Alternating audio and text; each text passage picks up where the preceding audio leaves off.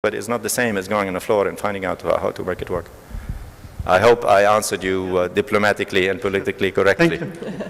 I guess one of the challenges is you can't get that PhD in leadership either, that's a very big challenge for the transition, as you pointed out in your speech, from CFO to CEO, the leadership skills. Can we have any more questions? Anyone? Hi, good morning. My name is Akif Yaqub. I work for GE. So for the group here, if you could kindly summarize 2 most hard-learned lessons from your professional career and your experience, only 2 points, 2 key takeaways. That would be great, actually. Get a good lawyer to draft a contract that you can sue your employer if they mess around with you.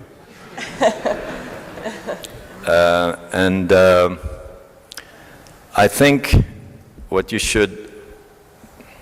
very important for you, in my view, is plan how you see yourself in 5 years and 10 years' time, and never assume that things will happen the way you want.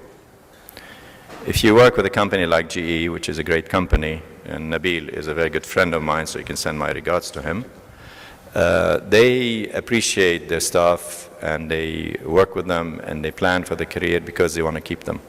So in that sense, you are lucky and you're blessed. But you have to decide what you want to be. And I mean, when I graduated as an engineer, I thought I want to be an engineer. I was wrong. I wanted to be a person who maps processes, and this is what I became. I wanted to possibly get involved in other public issues, which I am by defect. So I think you have to decide what you want, but one thing for sure, you never stay in your job forever. What my father did and my grandfather did is not going to happen again. So I think you have to decide where your passion is. I know accounting, you can't have a passion, no disrespect, but it is a tool that you can use for other things too. So you have to decide where you see yourself in a few years' time. But remember, in your career, the moment you get to your 50s, it's not easy to change careers. I mean, probably I did so many times, but you have to decide what you want. So you must have a vision for yourself. Because if you have an objective and a destination, it's easier to measure your progress towards it. But if you keep on floating and going in different directions, especially in your career, you probably get frustrated and you wouldn't know why. So my advice is, every now and then, reassess your career and decide where you want to go. So it could be that you go for further education, could be go for further training, and decide where you want to go. Do you want to stay in finance? Do you want to stay in accounting? Do you want to stay in whatever it is that you're doing? You want to go in sales, you want to do in marketing, you want to go into theater. I mean, I have friends of mine who dropped out and opened restaurants. I mean, and they're doing fine and they're very happy with their life. Well, it so happened they made $20 million before, but it helped, but, you know. So a good lawyer and a 5-year plan sounds like a good start. I think we've got time for just one more question. We have all the way up the back there, the microphone will come up. So I might just sneak in a little question there too. You mentioned that you need to take risks. I assume that's what you're indicating. How does a CFO quantify personal risk when it comes to making those decisions for your personal career? Well, there are 2 issues. The problem is we're human beings. If you have a family, your family commitments is a very important risk that you have to take. So you have the kids in school that go to private schools because we want the best for our kids. You usually think a lot about changing careers or arguing with your employer or whatever it is. So, but if you're youngish, you're independent, you don't have any commitments, usually it's easier to make a decision. So you can just take off and go. So I think you have to assess your personal situation, but you also have to assess 2 issues. I mean, there is the financial gain, which you should not ignore. Anybody who says, I want to go to Nepal and hug trees because I'll save the world is not an option in my view. I think you should go that every now and then and meditate, that's great, but you know, it has to be beyond that, you know, I want to feel good just for 5 minutes, because you can by just walking on the beach and going for a swim. There has to be a defined objective, in my view, that you can quantify, so when you get there, you will know you got there. And to me, this is how you quantify risk. Okay, our final question up the back there, please. Good morning. My name is Sana. I'm from Layan Real Estate. My question is like a debate that there is always, that CFOs can't be proper CEOs because they refuse to look at the bigger picture, because they are very stuck to finance and accounts and numbers. Sometimes you need to make the bigger decision and, you know, overlook what your accounts say at the moment. Because you have moved from being a CFO to a CEO. I think you would be in a better position to answer that. Well, I mean, is this a statement or a question? It's a question because I've got. Well, I didn't hear the question, but I'll turn it to a question.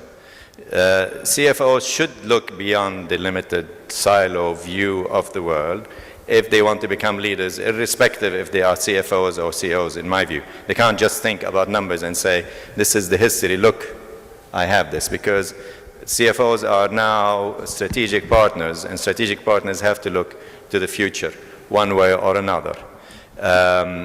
They have to look beyond just the numbers and interpret, but we need their knowledge of facts. So we have to depend on their knowledge of facts. So they can't just ignore it and say, no, the margins is great, although we're showing a loss. No, we have to look at that. We have to take their knowledge and expertise and analysis of numbers and say, if we do this, we can improve this, and go beyond that and extrapolate and come up with logical argument why we should do something.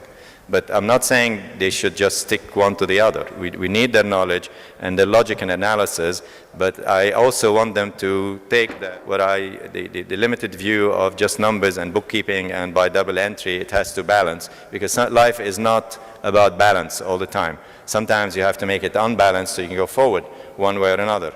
We didn't expect the world to collapse in 2008. And I think the world is going to collapse again very soon, because we lent all these banks in the world trillions and trillions of dollars, and no one is thinking who the hell is going to pay them and when. We think that magically all these funds are going to materialize again because our government's not here. They lie to us in Europe and in the States. I'm telling you, the world is not thinking straight. So somebody has to consider these things. I mean, I don't worry about these things because we print more paper and sell it to the idiots around the world and do it. It's not an issue. But if you want to become a leader, you have to think outside your window. So if you're an accountant, and if you just account for things, you stay as an accountant. If you want to become a CFO, which you are an executive, you have to take beyond the numbers and think differently. And if they change their thinking, they can lead. As I said, no disrespect, I'm not an accountant, but I understand finance and accounts very well, and I work with accountants. I have the greatest respect for them. But to go beyond thinking in the past, you have to think forward. So you have to change your thinking. I agree with you. Thank you. Thank you very much. Mr. Maksumi, I'd like to invite you to all thank our keynote speaker for his presentation and informative thoughts. Thank you.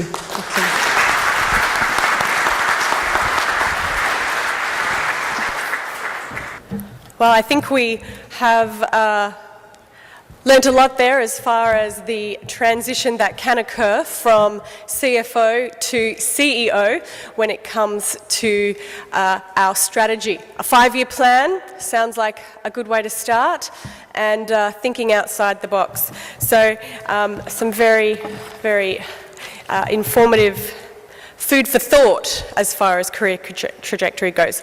Now, to our next speaker. I would like to welcome to the stage Dirk Backhaus, the CFO of our Batha Group, for his presentation. And if you could put your hands together for a warm welcome for Dirk. Yeah, Salam alaikum and a very good morning to everybody. Thank you very much for giving me the opportunity to speak to you today. My presentation is a little bit less ambitious, so I will speak about how you become a good CFO. And my understanding of a good CFO is a strategic CFO. It's a topic matter that I'm very passionate about. Now, to quickly explain you what the contents will look like, after a brief introduction where I establish my credibility, I'll take you through a quick quiz that is purely illustrative. Then I would like to explain the difference very briefly between a financial scorekeeper and a strategic CFO, and later go into some detail explaining to you what makes a strategic CFO. And I think we should all aspire to be exactly that. So my name is Dirk Backhaus. I've been working as a CFO of sorts for most of my career. But not only. So I have been working for 15 years in Siemens in various roles, from Chief Information Officer to Chief Operations Officer, also CFO and MD roles. I came into the region in 2005, started in India, then continued my career in Saudi Arabia, where I was the CFO of the Siemens Group. Eventually signed up with a Saudi-listed company, EMA, the Economic City, which is the developer of King Abdullah Economic City, brief stint at the airport in Abu Dhabi, and for the last 3.5 years I'm the group CFO with Albata, which is a diversified local family business. Now, 4 questions that I think you would all want to answer positively. I do believe that you're all passionate about your job. You're definitely all good finance professionals. I think you make great business analysts, and you're probably also good with people, or at least would like to believe so. So that makes you a financial scorekeeper, and no more. Now, the next 4 questions don't, if you answer them positively, already make you a strategic CFO. I think they just give you the potential to become one, yeah? So you may, want to aspire to develop a deep understanding of your business. Ideally, you should have it. If you don't have it when you join, and Ziad mentioned that, learn it, Go down with the people that sit on the van, go into the factory, watch the workers on the shop floor, be sure that you understand the businesses that you're entrusted with. You need to have a strong commercial sense, so you need to always take the bigger perspective. You need to be able to manage stress and complexity under pressure, because decisions typically don't wait for you. And you, of course, need to be able to adapt to change, as we have all seen, especially in 2008 and 2009. And there will be, I agree with Ziad, more opportunities for that going forward. Now, a few more questions here, and I'm not going to spend too much time on them, but what is a prerequisite for a strategic CFO is that you have the ability to translate complex financial matters into layman's language. Yeah, you're educated in finance and accounting, and you're all very familiar with the subject matter, but not everybody is. And unless you are able to take your fellow executives with you in decision-making processes, and they understand your perspective and your language, they will not be able to relate to what you say. That being said, you would have to have the ability to coach those fellow executives that may not already be up to your mark, yeah? That may not already have the level of understanding of financial matters that is required to participate in decision making. It is, I believe, your responsibility to steward your decision making support systems. That means typically you would be the one that makes sure that information that is presented to your fellow senior executives is actually decision making relevant. You have to be able to think strategically, obviously. You have to be able to manage conflict. You, before everything else, need to be a team player on the executive team, and you would normally be, if you do all of that, the CEO's most trusted advisor. And I will come back to the last point. A strategic CFO does not create problems. Yeah? He understands issues, and he does his level best to offer solutions. So he's not a problem creator, he's a problem solver.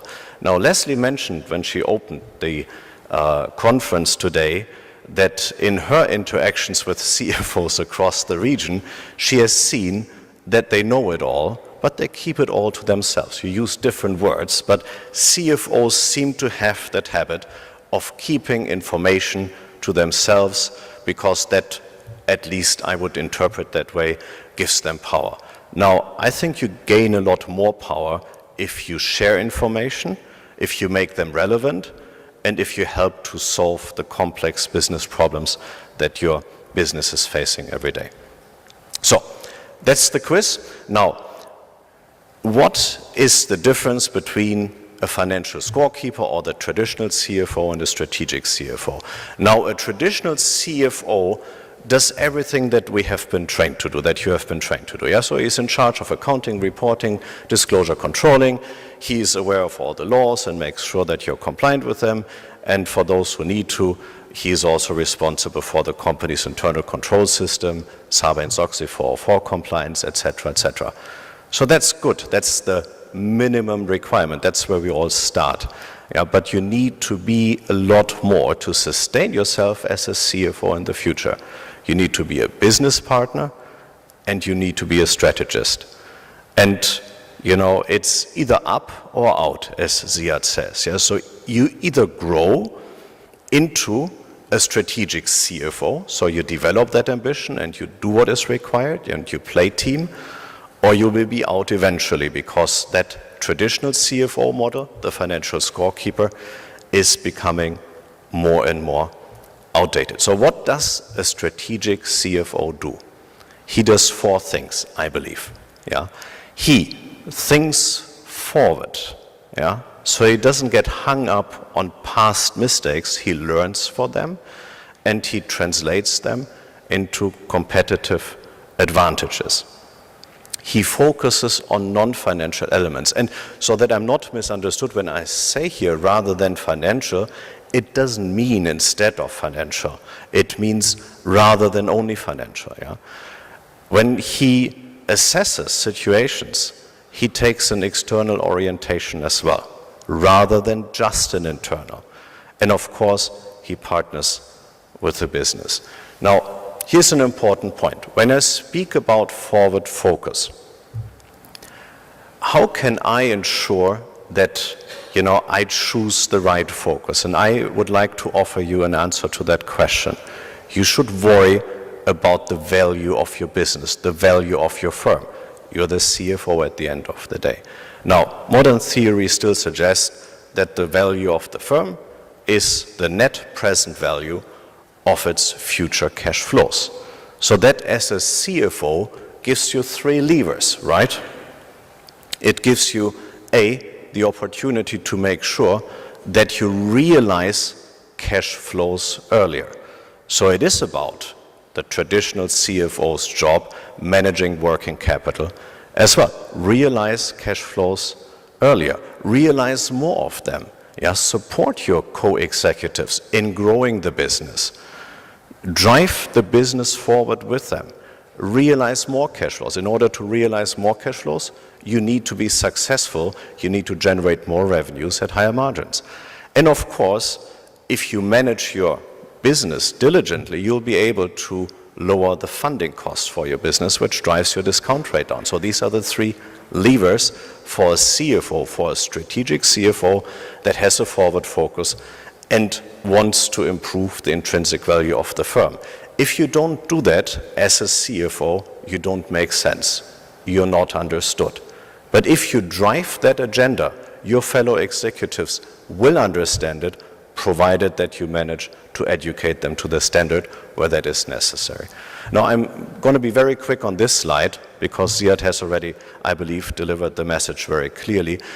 As a strategic CFO, you must have the ability to relate to the outside environment and to all the aspects of your internal environment. That could be your balanced scorecard, which may have, you know, process elements, which may have, you know, customer and supplier related elements. It is not sufficient to limit yourself to a discussion about a financial matter. So when you assess the viability of a new machine, for example, yeah, you of course, and you already all do that, you of course don't just look into the question, you know, how do I get if it was a printing machine, the lowest cost per sheet. You know, you would think about, okay, what is the typical consumption pattern on that machine? So what do my customers want today? You know, they offer me short runs or long runs.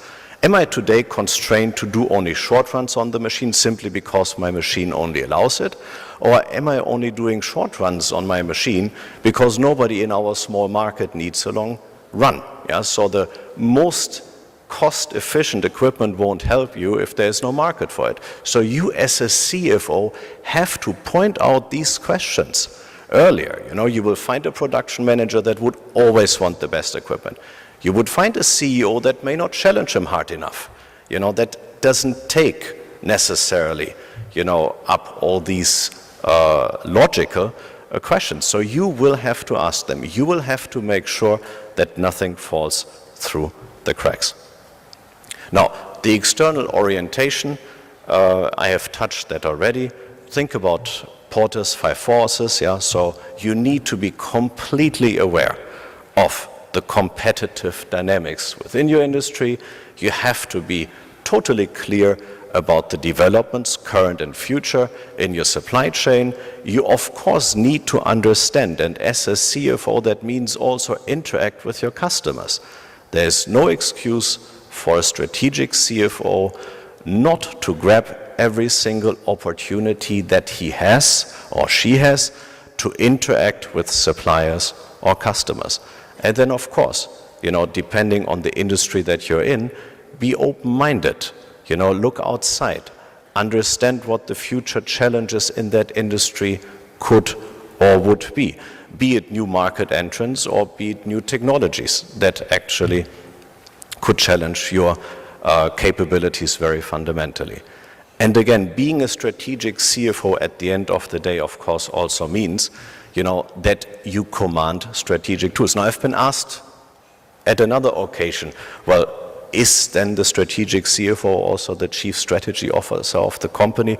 No, he's not. And a cartoon later hopefully can help to illustrate that. He's absolutely not the strategy officer, but he needs to be able to relate to the company's strategy and to make his contribution.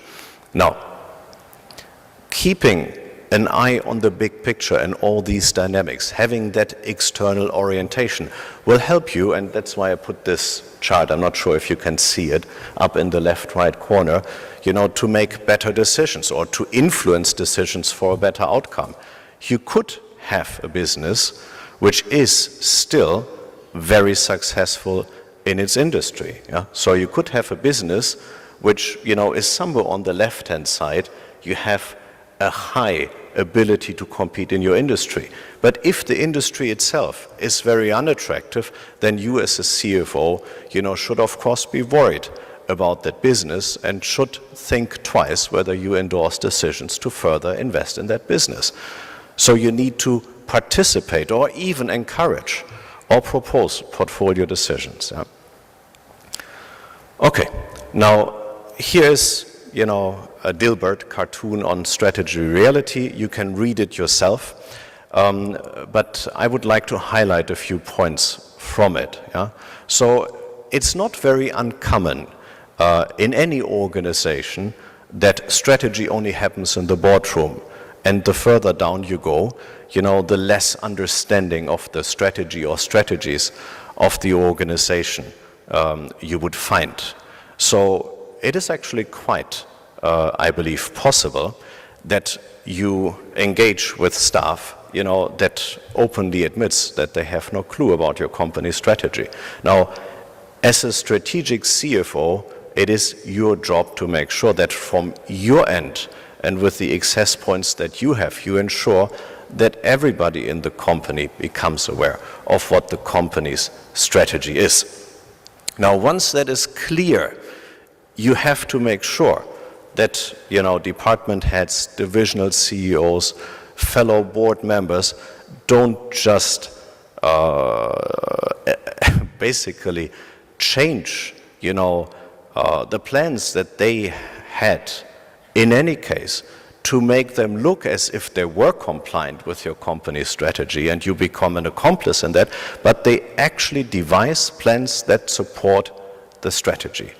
So your job as a CFO is to help the CEO and the chief strategy officer in that effort. Make sure everybody knows what the vision and the strategy for the company is. Make sure that the plans support it, and make sure that it's not just being pretended that is followed, but that it's actually happening. Now, business partner. And I think this is all easier said than done. A business partner that you have to be and that you want to be has certain personal qualities. Yeah?